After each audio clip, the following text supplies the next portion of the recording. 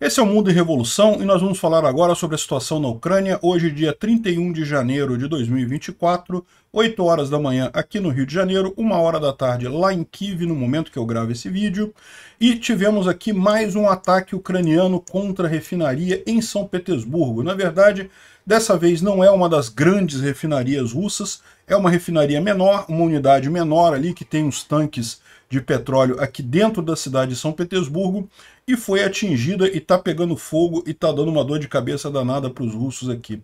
Além disso, aqui em Moscou houve alguns ataques ou acidentes estranhos, né? A gente já tinha falado ontem sobre algumas subestações que pegaram fogo aqui em Moscou, e agora parece que uma planta termoelétrica, de geração de energia elétrica por meios térmicos, né, por queima de óleo e combustível, parece que também teve um acidente, está um monte de ambulância na frente da empresa lá, deve ter sido alguma coisa feia. Não tem imagem da explosão em si e do acidente em si, porque a Rússia não permite fazer essas imagens, mas a quantidade de ambulância indo lá na região realmente chega a assustar, deve ter sido grande.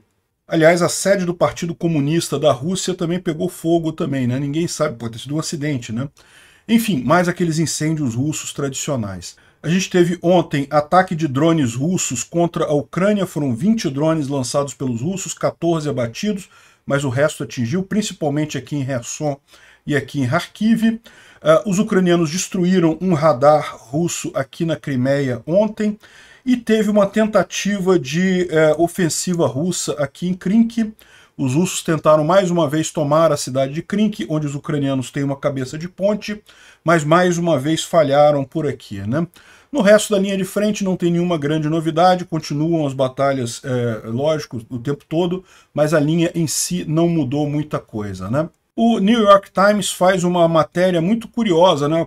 Aquele momento Sherlock Holmes da vida, em que ele descobre que a guerra na Ucrânia enfraqueceu muito o Putin, né? Olha, quem imaginaria? Sabe como é que eles sabem que enfraqueceu muito o Putin? Pelo número de pela quantidade de russos que procuram os serviços secretos americanos querendo se colocar como agente duplo, ou querendo migrar para os Estados Unidos, ou querendo ajudar, querendo sair da Rússia e ir para os Estados Unidos e levar informações. Ou seja, isso mostra que o governo russo está realmente muito fragilizado, né? Mas é lógico que está, é o que eu falo para vocês. A Rússia está dando essa imagem de que está muito forte, que não vai ceder, que está avançando em Avdiivka, mas a situação deles está triste. Gerasimov até agora... Cadê o Gerasimov? O Gerasimov sumiu, meu amigo. Ninguém sabe onde é que ele está. Impressionante, né?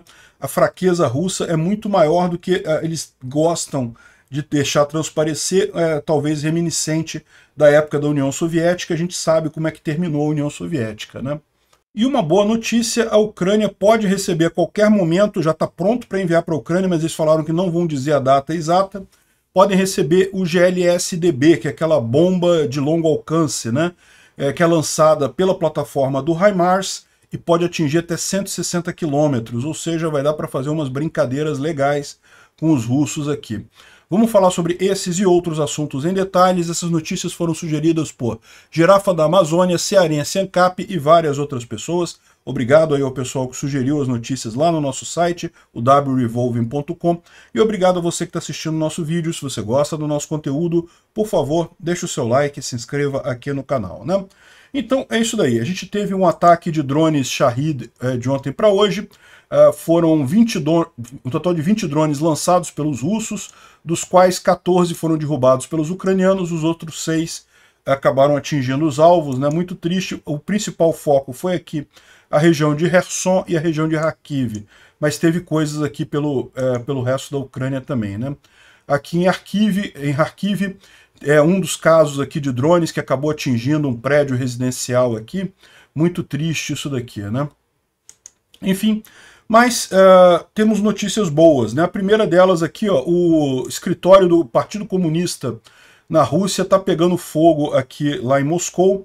E, curiosamente, o mesmo prédio abriga o Museu da Proteção contra o Incêndio. Olha só que coisa, bicho. Realmente, o Museu da Proteção contra Incêndio, porque, é lógico, lá na Rússia isso é coisa de museu, né? Houve uma época que eles faziam proteção contra incêndio, aparentemente não tem mais isso por lá, porque tudo pega fogo lá com muita facilidade.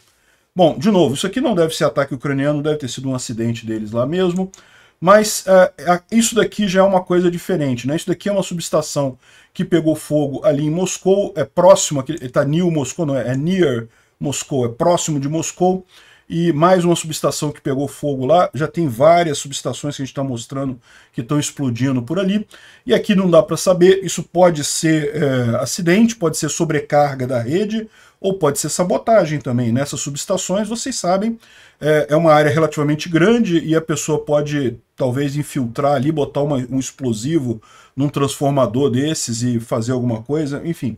Não sabemos o que é. Segundo o governo russo, foi um curto-circuito. Mas olha, eu vou te falar um negócio para dar uma explosão desse tamanho, né? Mas isso não é o pior, não. Aqui, ó. Aqui é a melhor imagem que a gente tem da explosão da CHP-23, que é uma hidrelétrica, não é uma termoelétrica, uma indústria de geração de energia elétrica por queima de óleo, de gás e coisa e tal, né? Então tá aqui a coisa, só dá para ver essa fumacinha aqui, não parece uma coisa muito grande, mas quando você vê a lista, a quantidade de ambulância e carro de bombeiro que está se preparando para ir lá, isso é em Moscou também, tá? Que está se preparando para entrar lá, para socorrer o pessoal, dá a impressão de que é um negócio grande, cara. Então, assim, não temos imagens da explosão dentro da empresa lá de coisa. Não se sabe se foi um drone, se foi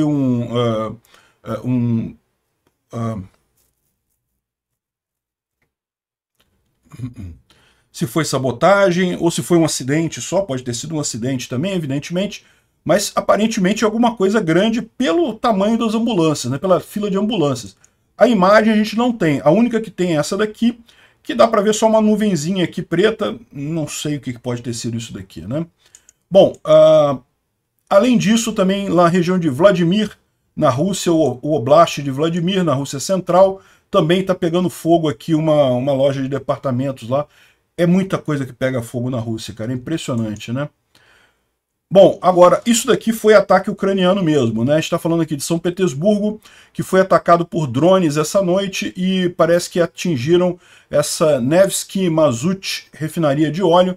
Não é uma das grandes refinarias de óleo da Rússia, tá? As grandes, a gente falou, tinha duas perto de São Petersburgo realmente, ambas foram atingidas por drones ucranianos. Essa daqui não é uma grande refinaria, deixa eu mostrar para vocês. Mas é uma refinaria significativa também, tem aqui, fica aqui no centro de São Petersburgo. Essa área toda aqui é a refinaria aqui nesse caso, né? Parece que é mais armazenagem de óleo mesmo, armazenagem de combustível. De qualquer forma, vamos ver aqui o vídeo que deve ter o barulho da explosão.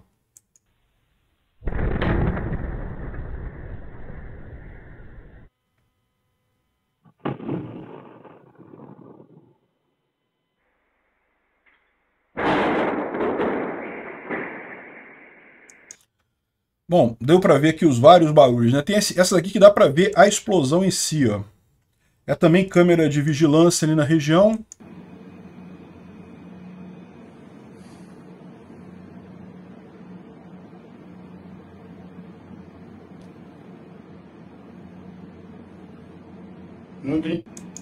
Deu para ver a grande explosão ali, né? E isso justamente, então, é nessa refinaria. Tem uma imagem aqui, ó. Tem uma imagem em algum lugar. Aqui, ó. Isso daqui é justamente a imagem da refinaria que mostra aqui tudo explodido, aqui tudo destroçado. Uns caminhões-tanque aqui, uns vagões-tanques aqui. A planta foi atacada por volta das 4 horas da manhã. Ou seja, os ucranianos continuam com seus planos aqui de destruir a capacidade russa de produzir petróleo, né? E realmente talvez seja uma boa coisa. Eles estão sabendo que a Rússia já está frágil nisso. Vamos atacar nesse ponto que vai doer muito no Putin. Não tenho dúvida nenhuma que está sendo um sucesso isso daí.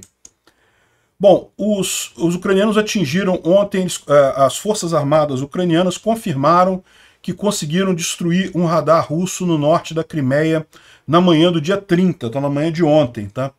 Então tá aqui o comunicado oficial das Forças Armadas Ucranianas. Aqui está a indicação de onde fica o radar aqui na Crimeia. A gente não tem imagens disso, mas tipicamente quando eles confirmam isso é porque realmente aconteceu. A gente viu alguns dias atrás que teve, né, a movimentação na Crimeia, eles fecharam a ponte da Crimeia, teve aviso em Sevastopol, Quando tem essas coisas, tipicamente é porque está havendo ataque ucraniano e agora atingiram isso daqui. Bom, falando sobre a linha de frente, a gente tem aqui algumas informações sobre a região de Krinky. Aqui tem um vídeo mostrando que os ucranianos estão na região da floresta, mostra um dos esconderijos. É lógico que não dá para mostrar muita coisa, porque senão entregaria a posição desse esconderijo ucraniano ali na floresta, né? Dá para mostrar só para ver que os ucranianos estão ali na floresta, nessa floresta aqui, ó. Deixa eu mostrar aqui no mapa para vocês. Krinky fica aqui nessa região do rio Dnipro, né? A gente já explicou, a margem direita aqui é dos ucranianos, a esquerda é dos russos, mas os ucranianos conseguiram estabelecer aqui uma cabeça de ponte em alguma região aqui. Na verdade, esse mapa aqui está meio errado, porque a cabeça de ponte é mais para cá, ó. E essa aqui é a floresta em questão, em que os ucranianos estão ali, né? Mostrando aqui, ó, que tem... Tá vendo como é que é mais para trás? Aqui é aquela outra área quadriculada que tem, tá para cá, ó. Isso daqui é a área de floresta, é onde é o domínio ucraniano de fato. Ou seja, essa cabeça de ponte é uma coisa que incomoda os russos. Por quê? Porque os ucranianos podem, em tese, usar isso daqui para começar uma invasão na margem esquerda do rio Dnipro, né? Mas por hora o que dá a impressão é que os ucranianos só querem mesmo manter, destruir os russos ali, porque os russos ficam tentando tirar os ucranianos e acabam morrendo nessa armadilha que foi colocada aqui, né?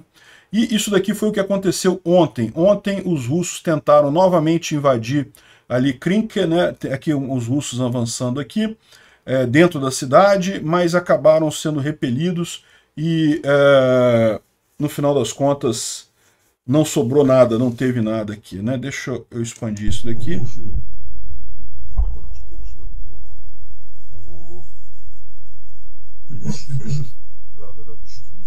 Если по-русски не может появиться, то я хуярю. Сука, давай вперед, куда пойдем, да, слушай. Блядь, ёбаный.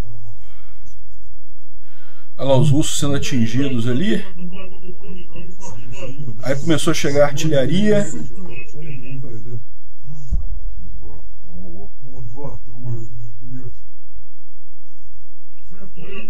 Os caras tentando fugir já, desesperados já.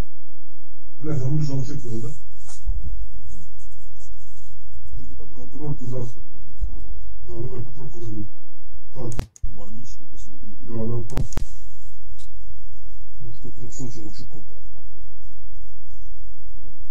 Вот. Вот. Сука, они же там лежат. Дома не узнают. Они же в подвал идут. E aqui no final eles vendo que não tem mais nenhum, né? Ou seja, realmente fugiram todos de lá. Teve 200 e 300 nessa tentativa de ataque russo, e Krinky continua nas mãos dos ucranianos, né? Aqui o momento em que um Baba Yaga, né? Baba Yaga é um drone grandão que eles usam, tipo aqueles drones de agricultura que são enormes, aí eles ficam jogando bomba, né? E aí jogando munição num tanque ali em Avdiivka, então isso aqui já na região de Avdiivka. Olha só que coisa curiosa, né? O War Translated traz aqui um militar, um especialista militar russo, né? Um blogger russo aqui, que era dos caras mais otimistas com a vitória, dizendo que não, que a Rússia vai destruir a Ucrânia, que não tem nem chance, que a Ucrânia já acabou e não sei o que lá. E agora ele está falando aqui em Avdiivka que, olha só, teve um avanço mínimo na nossa infantaria e tem que tomar muito cuidado, tem uma tendência a subestimar a força do inimigo e, no final das contas, superestimar a nossa própria força. Eu espero que a gente faça isso de forma consciente, com um plano razoável, ou seja, agora já está vendo que a coisa não está indo não, né? A Avdiivka continua sendo um cemitério de russos completo, a Avdiivka nessa direção aqui. Por quê? Porque os russos tentam avançar aqui, não conseguem, né? Aparentemente, eles estão quase com um cerco aqui em Avdiivka, quase completando e coisa e tal, mas não conseguem fechar e acabam sofrendo muitas mortes aqui. Hoje, mais um dia que teve mais de 1000 mortes de russos aqui, em grande parte devido à situação em Avdiivka. Tá? 1000 mortos foi na linha de frente inteira, mas em Avdiivka principalmente que teve isso daqui. Né?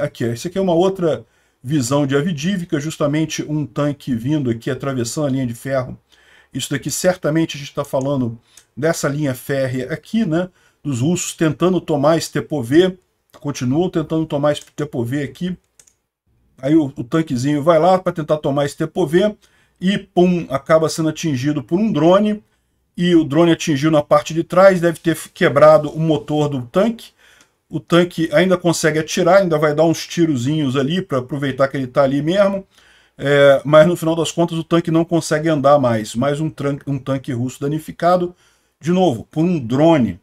Para pensar, um tanque que custa milhões e milhões de dólares, um drone de 10 mil dólares, você vai lá e destrói o tanque. Aí os russos tiveram que sair do tanque, ela tentando olhar para ver se dá para consertar alguma coisa, se dá para reparar o tanque. No final das contas decidiram que não dá para fazer nada, vamos fugir, abandonaram o tanque. Mais aí milhões de dólares russos que foram jogados fora por conta de um dronezinho de 10 mil dólares ucraniano, né? E é o que eu estou falando para vocês, o mais impressionante não é isso, é que esse tipo de coisa não acontecia há coisa de 3 meses atrás. Destruir um tanque com um drone não acontecia há coisa de 3 meses atrás. Os ucranianos fizeram um monte de pesquisa, melhoraram os drones, a forma de penetração, fizeram testes com bomba de penetração em blindagem e coisa e tal, e agora os drones ucranianos estão destruindo o tanque para tudo quanto é lado aí.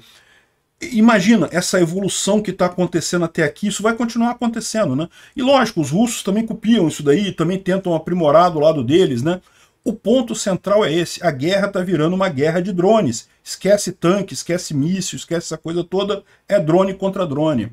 Bom, de forma geral, não teve grandes mudanças na linha de frente, né? O Pulevolan botou só um mapinha aqui na região de Novomihailivka. Aqui nessa região os russos tentaram avançar, mas não avançaram nada. Os ucranianos retomaram uma área aqui, ó. Eles conseguiram avançar aqui uma área aqui ao sul de Novomihailivka, mas também nenhuma grande mudança não, tá? Só mudanças pontuais, é o padrão dessa linha de frente. Isso deve acontecer, deve ficar desse jeito pelo menos até março, né? Em março começa de novo a primavera lá, né? Começa a aquecer um pouco a região lá na Ucrânia, e aí talvez a gente veja movimentações diferentes. Não esperem muita mudança na linha de frente até março.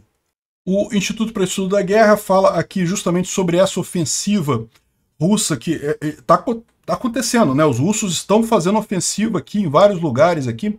Aqui em Luhansk eles querem chegar no rio Oskil, que é esse rio aqui. Primeiro tem que chegar no Zerebets, né, que é nesse daqui, primeiro, mas não vão conseguir chegar, tá? Mas de qualquer forma que eles estão tentando. A ofensiva está acontecendo aqui nessa região toda aqui de Luhansk e Kharkiv, né? Enfim, ele diz aqui ó, que o Budanov falou que a ofensiva russa está em pleno andamento agora, vão continuar e coisa e tal, e que ele espera, aqui ó, as forças russas esperam chegar ao rio Zerebets, que é ali esse rio aqui, ó, esse primeiro rio aqui, não conseguiram chegar ainda, né? E tão longe aqui, tá? Essa área vermelha aqui tá exagerada aqui nesse mapa. Tão longe aqui do Zerebets ainda, não conseguiram aqui. Mais à frente o Zerebets é realmente a divisa entre o lado russo e o lado ucraniano, mas na verdade o grande objetivo deles é chegar até o Oskil, que é esse rio aqui, que eles consideram importante por conta do Oblast de Donetsk, que essa área toda aqui é do Oblast de Donetsk, que na cabeça dos russos é deles, né? Então, esse é o objetivo deles, mas não vão conseguir. E ele está falando aqui justamente que ele espera que os russos vão chegar na primavera totalmente exauridos e sem conseguir avançar muita coisa, né?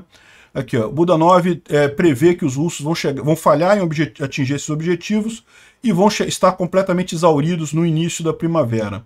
E o ISW fala que as observações do Budanov são consistentes com a nossa visão do que está acontecendo lá, né? Eles falam mais alguma coisa aqui sobre a questão da política, da demissão dos Alushtin. A gente já falou sobre isso ontem. Não tem demissão dos Alushtin, não tem nada disso. Enfim, só mostra aqui a fraqueza dos russos nessa guerra, né? A Victoria Nuland, que é a secretária de Estado lá do Biden, né? Na verdade a vice-secretária de Estado do Biden, está visitando Kiev, está em Kiev hoje, que joia, tomara que consiga acordos legais por lá. O Zelensky ontem fez um pronunciamento reclamando da questão dos corpos de soldados, porque os russos não tratam dos corpos de soldados, deixam morrer de qualquer jeito lá. E também não devolvem os corpos, não enterram também os corpos dos ucranianos, né? Ou seja, uma violência, isso no final das contas. Eles não enterram os próprios corpos dos soldados deles mortos e nem os corpos dos ucranianos, ou seja, um absurdo isso daí. Por falar em enterrar corpos que já morreram, né? A Ucrânia ela tem feito já, isso não é de agora, não, já é uma iniciativa que já tem há vários anos, que é justamente acabar com os símbolos do comunismo, né? A Ucrânia foi parte da União Soviética, então era um regime comunista e tinha vários daqueles monumentos ao comunismo, ao esquerdismo e coisa e tal. E parece que a região administrativa de Lviv, no oeste do país, foi a primeira que conseguiu decretar o fim completo aqui. O Lviv fica, esse oblast aqui, perto da Polônia, né? Eu tive lá na cidade de Lviv, linda cidade, uma cidade muito bonitinha. Eles conseguiram, então, foi a primeira região da Ucrânia a destruir todos os monumentos da era da União Soviética e coisa e tal. Não vai sobrar nada para não ter nenhum tipo de reminiscência desse período tão ruim da história ucraniana, né? E também para diferenciar de Moscou, porque Moscou, embora muita gente goste de dizer que não, a Rússia é capitalista, a Rússia é de direita, conservadora de direita, não sei o que lá, tá cheio de monumento comunista por lá e muita gente lá ainda acha que o comunismo é a resposta, sente falta dos tempos imperialistas do comunismo, o movimento está cheio de bandeira da União Soviética nos tanques russos que atacam a Ucrânia, né? Mas segundo dizem alguns aí, são conservadores, os russos. Vai nessa. Tá aqui, ó, moradores e ativistas lá de Lviv retiraram todos os monumentos da era soviética, destruíram todos eles, mas isso daqui é um esforço de toda a Ucrânia, tá? Vocês lembram? Recentemente teve o caso lá da estátua da Motherland, né? Que é aquela estátua grande que tem lá em Kiev, lindíssima aquela estátua. E quando eu fui lá visitar ela, ainda era o brasão comunista, né? Nas fotos minhas ainda aparece o brasão comunista lá da era, quando ela foi construída, mas agora já foi substituído pelo tridente, pelo trizub, que é aquele tridente ucraniano, né? Então é uma forma de não destruir a estátua, mas transformar ela num símbolo, tirar ela desse negócio de símbolo comunista, né? Aliás, quem quer ver as imagens e vídeos que eu gravei lá na Ucrânia, na minha visita, é no meu canal Diários da Quarentena, eu boto um monte de vídeo de eu passeando lá em vários lugares lá da Ucrânia e coisa e tal, e de outras viagens minhas também. Diários da Quarentena é meu canal de vlog, que eu vou gravando coisas aleatórias. Bom, o New York Times teve um momento Sherlock Holmes aqui. Olha só, a guerra na Ucrânia enfraqueceu o Putin, né? É lógico que enfraqueceu o Putin. Todo mundo achava que a Rússia tinha o segundo maior exército do mundo, uma força militar formidável. A própria Rússia achava isso, achava que ia tomar a Ucrânia em 3 dias, que em 3 dias ia chegar em Kiev, tomando Kiev, acabou. O Zelensky ia fugir, não sei o que lá. O máximo que ia sobrar era a região oeste da Ucrânia, se sobrasse alguma coisa. E no final das contas, os russos iriam dominar tudo, né? É o que eles achavam, né? E muita gente no mundo achava. Eu no início dessa guerra, a minha impressão é que a Rússia iria ganhar. Eu comecei cobrindo a guerra meio pessimista e coisa e tal, mas à medida que o tempo foi passando, né, que os ucranianos conseguiram tirar os russos lá do norte da Ucrânia, não tenham coragem de dizer que os russos saíram do norte. Eles não saíram do norte coisa nenhuma. Olha os meus vídeos da época, olha lá. Os ucranianos estavam cercando os russos pelo norte da Ucrânia, os russos tinham que sair. Eles não tiveram alternativa que não fosse fugir do norte da Ucrânia, né? E daí, ou seja, é só ladeira abaixo, meu amigo, só ladeira abaixo, realmente. E aí, o diretor da CIA fala aqui justamente sobre a quantidade de agentes russos que estão pedindo ajuda à CIA, né? Então, agentes lá do FSB, dos serviços secretos russos, que estão vendo que a coisa está desmoronando, que estão vendo que a Rússia está numa situação falimentar, e no final das contas o pessoal está querendo entrar em contato para tentar dar um jeito, né? Enquanto ainda existe Rússia, porque esse pessoal sabe que no momento que a coisa acabar mesmo, para que a CIA vai querer informação do Putin se já acabou o negócio, se a Rússia já desmanchou e coisa e tal, para que eles vão querer isso, né? Então o pessoal tem que fazer agora. Dizem eles que uma quantidade enorme de pessoas estão entrando em contato, e isso está mostrando justamente esse enfraquecimento, não apenas da Rússia como um todo, mas do regime do Putin também, ali na região, né? Bom, houve uma grande falha na rede russa, com vários domínios .ru deixando de funcionar devido a um problema de DNS lá na Rússia, e, segundo informações, teria sido um ataque ucraniano, né? Eles estão dizendo isso. Se foi alguma coisa, se não foi, a gente não sabe, mas o fato é, domínios.ru estavam fora do ar por um grande tempo, né? Será que ainda tem? Ainda está com isso? Porque tem yandex.ru. É o único domínio que eu conheço .ru. Não está funcionando não, hein? Não está funcionando mesmo não. Fui direcionado para uma outra página aleatória aqui, ó. Eu acho que ainda está com problema lá. O yandex.com funciona, mas o yandex.ru era essa mesma imagem aqui, essa mesma coisa. O Yandex é uma espécie de Google lá da Rússia, e eu uso muito para justamente fazer o translate dele, a tradução dele de textos e imagens em russo é melhor do que do Google. Então, aparentemente, a situação ainda está fora do ar. Lá, muitos domínios RU não estão funcionando. Outro problema que a Rússia tem. Ontem, 3 aviões tiveram problemas na Rússia e ou tiveram que fazer pouso de emergência ou não conseguiram decolar. Esse daqui é um deles que teve que fazer um pouso aqui, ó, foram retirados, fizeram um pouso de emergência, teve uma falha no motor, tiveram que parar lá em Omsk, o pessoal descendo ali do avião, correndo lá, com aquela escada de emergência, né, aquela coisa de emergência, saindo de perto do avião, porque o motor, não dá para ver nada daqui, né, mas o motor ali atrás, ó, parece que está todo quebrado ali, ó. Mas esse foi só um dos 3 problemas que teve ontem, que 2 outros Boeing 737-800 não conseguiram levantar voo devido a problemas técnicos. E qual que é o problema aqui, né? O problema aqui é justamente as sanções contra os russos. Os russos se apossaram de aeronaves ocidentais por conta da proibição, né, do veto dessas aeronaves funcionarem na Rússia, só que eles não têm direito à manutenção, né? E por mais que eles tentem repor com peças usadas ou quebrar galho de alguma forma, a situação vai só deteriorando, está cada vez pior lá na Rússia, um risco enorme entrar num avião, né? Por falar em avião russo, o Il-76, lembra que foi derrubado ali perto de Belgorod, que os russos dizem que havia 70 soldados ucranianos que eram prisioneiros de guerra e coisa e tal, inventaram aquela história toda, mas a história não colou, eles nunca conseguiram mostrar nenhuma evidência real disso, e aqui eles estão tirando os destroços do avião lá da região, mas os corpos, ninguém achou corpo nenhum. Eles acharam 3 corpos, o que é consistente com a tripulação do avião, né? O piloto, o pessoal que faz a tripulação do avião, mas os prisioneiros, supostos prisioneiros, não tinha corpo nenhum, porque evidentemente não estavam no avião, né? E bom, olha só, drones ucranianos destruíram mercenários russos no Sudão, né? A gente sabe que tem uma equipe ucraniana ali na África justamente para enfrentar as equipes de mercenários russos que atuam por ali no grupo Wagner, né? Qual é a relação direta dessas coisas? Não está muito clara, não é interesse para nenhum dos governos envolvidos esclarecer esse tipo de coisa, mas aparentemente as coisas estão acontecendo, né? Olha que coisa bacana, a Ucrânia até ajudando aqui o Sudão a se livrar da praga dos russos, né?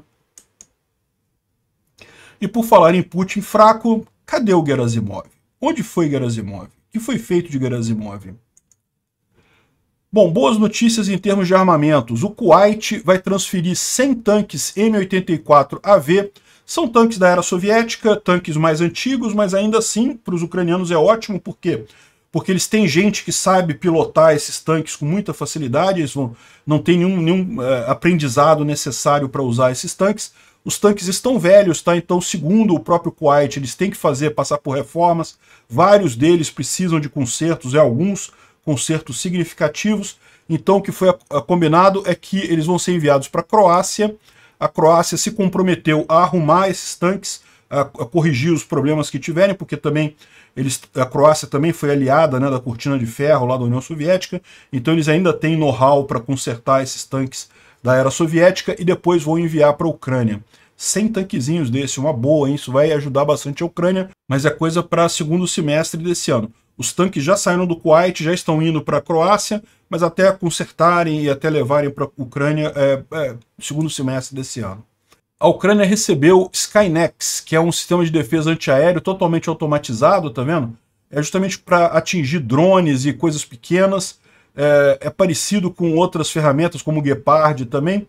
O sistema identifica o drone, faz o cálculo da trajetória toda, tudo automatizado, porque uma pessoa atingir um drone, ela consegue isso? Consegue, mas é difícil pra caramba. O drone é muito pequeno, ele tá voando, tá em movimento, pode mudar de direção.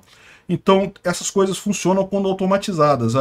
O computador calcula a trajetória do drone, faz as contas todas de vento na região e coisa e tal, e atira para acertar o drone. E é uma excelente notícia isso daqui, ajuda bastante os ucranianos nessa guerra, né? E outra coisa que está chegando é o GLSDB, bomba de pequeno diâmetro, não sei o que lá, tem um nome, essa sigla significa alguma coisa aí, ó. GLSDB significa Ground Launched, ou seja, lançada a partir do chão, Small Diameter Bomb, ou seja, bomba de pequeno diâmetro lançada do chão. Ela é lançada pelo HIMARS, tá? Aquele mesmo lançador do HIMARS lança esse sistema, só que ele tem um alcance bem maior, chega a 160 km, né? Já está pronto, tudo funcionando, e por motivos de segurança, eles não disseram exatamente quando que vai chegar isso para a Ucrânia, mas vamos aguardar aí, deve chegar em algum ponto aí mais para frente, né? Tá aqui a explicação deles. É uma bomba nova, recém-lançada nos Estados Unidos, e pode chegar tão cedo quanto quarta-feira, amanhã, na Ucrânia. Não acho que vai ser tão cedo assim, eu acho que ainda tem umas 2 ou 3 semanas ainda antes disso chegar na Ucrânia. De qualquer forma, vamos aguardar, né? Uma boa informação aí. E com esse alcance de 160 quilômetros, toda a área ocupada aqui pelos russos na Ucrânia e boa parte da Crimeia, ou seja, com exceção de uma parte da Crimeia, os ucranianos podem usar essa arma contra toda essa região, né? Então, excelente notícia. Esse ano está prometendo ser muito bom para os ucranianos. Vamos aguardar. Obrigado por assistir o vídeo até o final. Se gostou do conteúdo, não esqueça de deixar o seu like, isso ajuda o canal a crescer e a chegar para mais gente. Se não gostou, deixe o dislike e explique nos comentários como podemos melhorar. Comente também sugestões de temas que podemos trazer por aqui. Comentários insultuosos ou defendendo ditaduras e criminosos de guerra serão sumariamente bloqueados. Agradeço a compreensão. Se ainda não é inscrito no canal, considere se inscrever clicando no botão inscrever-se abaixo e marcando a campainha para todos os avisos. Se quiser ajudar o canal, veja no nosso site como você pode fazer isso.